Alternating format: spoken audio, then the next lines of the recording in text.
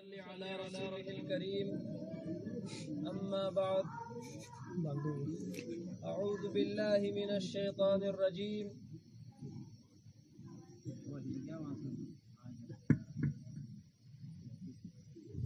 نحمده ونصلي على رسوله الكريم أما بعد أعوذ بالله من الشيطان الرجيم بسم الله الرحمن الرحيم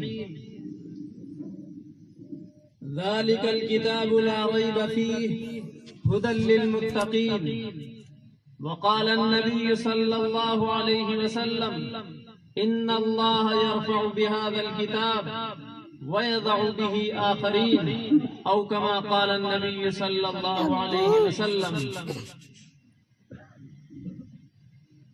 میرے محترم بزرگوں اور دوستوں،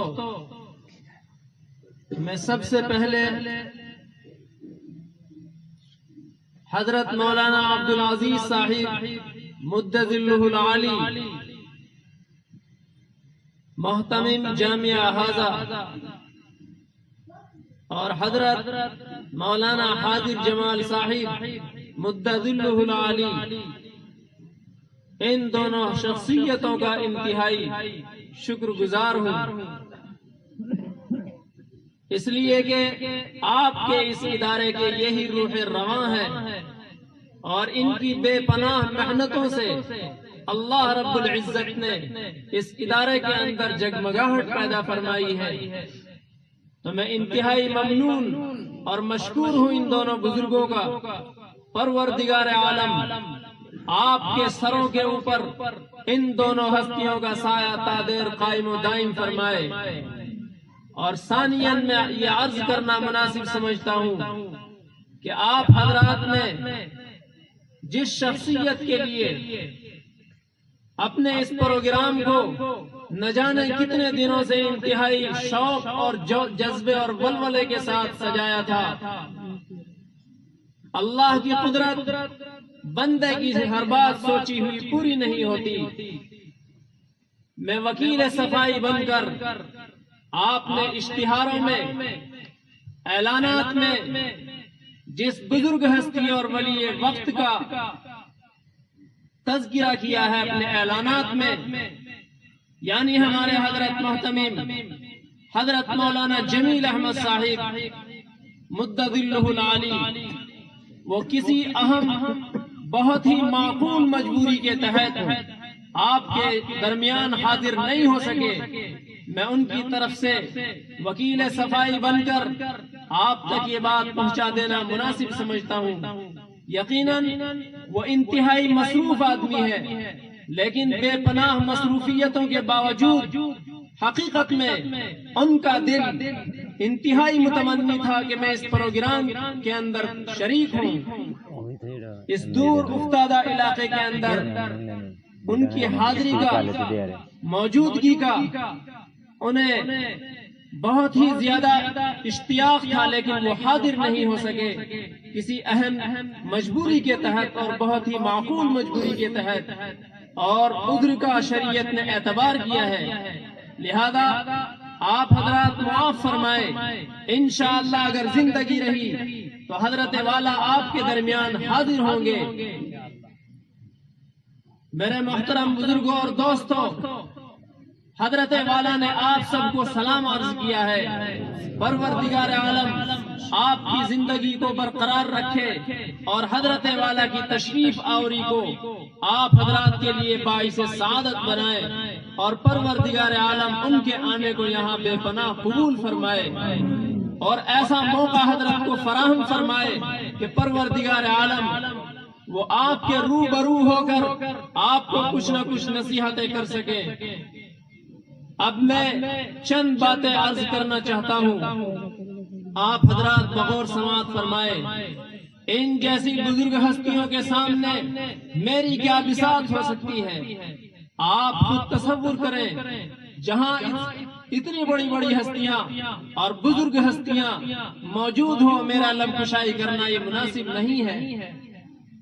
لیکن چونکہ تعمیل ارشاد اور الامر فوق الادب یہ قاعدہ اور ضابطہ ہے، اور بہت ہی سلجھا ہوا ایک ادب کے دائرے کے اندر بزرگوں کا ایک قول ہے کہ الامر فوق الادب، یعنی بعض مرتبہ بڑے آدمی کی بات اور اس کا اشارہ اور اس کا حکم یہ ادب سے زیادہ بڑھ جاتا ہے، پھر وہی ادب ہو جاتا ہے جس چیز کو بڑا حکم کرے۔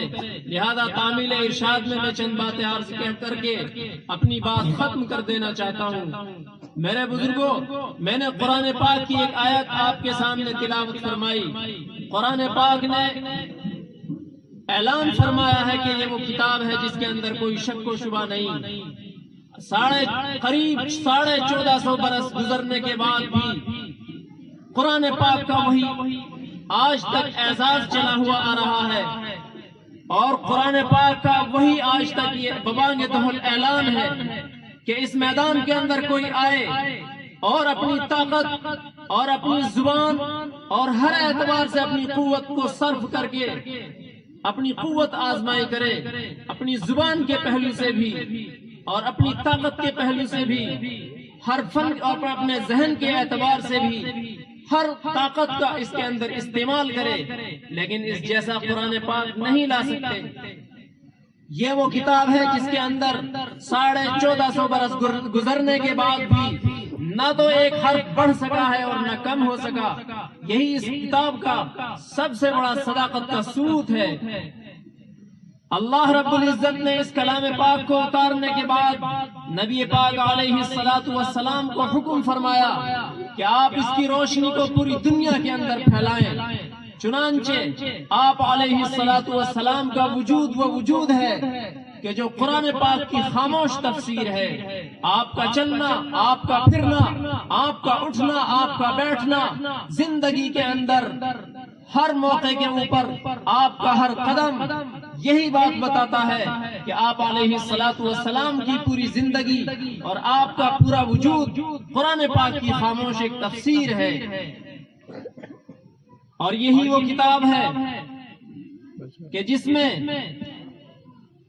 آپ نے دیکھا ہوگا جس زمانے کے اندر اس کا نزول ہو رہا ہے، کفر کی طاقت چاروں طرف سے پلی پڑی ہے اور وہ لوگ ہٹنا نہیں چاہتے اپنی پرانی آبائی دین سے، آباء و اجداد کی قدیم روایتوں سے، آباء و اجداد کی بے سند وراثتوں سے وہ لوگ ہٹنا نہیں چاہتے۔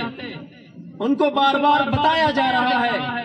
نبی کریم علیہ الصلوۃ والسلام مکہ المکرمہ کی ہر گلی اور کوچے کے اندر گھوم رہے ہیں۔ لوگوں، اپنے مستقبل کو سنوارو، اپنی زندگی کو سدھارو، اپنے اس وجود کے اوپر اتنا ظلم اچھا نہیں ہوتا۔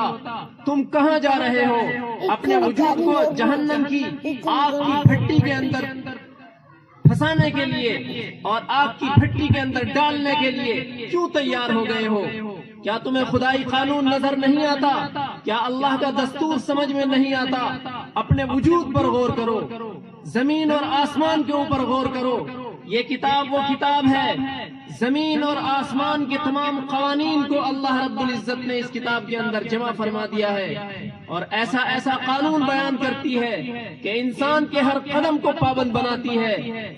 لیکن اللہ کی قدرت، چند وجود اور چند طبیعتیں ایسی رہیں جو محروم القسمت تھی۔ ایک طرف عتبہ، شیبہ، ابو جہل، ولید بن مغیرہ، یہ بڑے بڑے مقدمے ہیں، ماننے کو تیار نہیں ہیں۔ نبی کریم علیہ الصلوۃ والسلام ان کو سمجھا رہے ہیں، لیکن ان لوگوں نے اس قدر زبردست سازش کی آپ کے خلاف، اس قدر زبردست سازش کی، کوئی وہ بہانہ اور کوئی وہ حیلہ انہوں نے نہیں اپنایا کہ جس میں نبی کریم علیہ الصلوۃ والسلام کے خلاف کوئی نہ کوئی انہوں نے بہانہ نہ بنایا ہو، کوئی نہ کوئی تدبیر آپ کے خلاف نہ بنائی ہو۔